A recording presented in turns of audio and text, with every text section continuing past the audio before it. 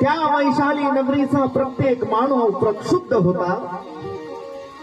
तिच्या सौंदर्यात मदमस्त आणि ज्वानीत मंत्रमुग्ध होता. एका नर्तकीसाठी संपूर्ण राज्यात आपापसात युद्ध होता. पण त्या आम्रपाली नर्तकीला माणसात बसवून युद्ध टाळणारा फक्त तथागत बुद्ध होता. फक्त तथागत बुद्ध.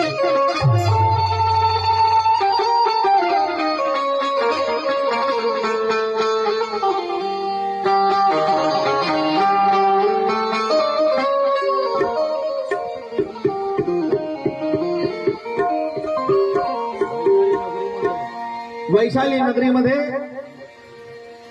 आम्रपाली नावाची नर्तकी राहत होती आणि तिच्या सौंदर्यात अख्खा वैशाली नगरी मंत्रमुग्ध होती.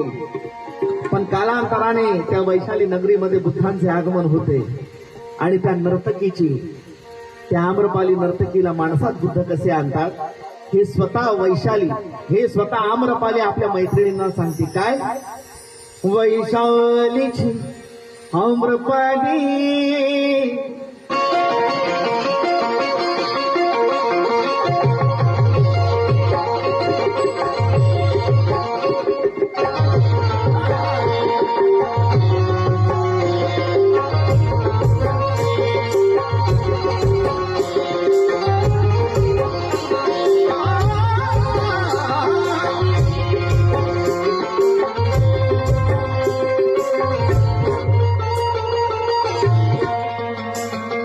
वैशालीची आम्रपाली बदनाम होती जगाली.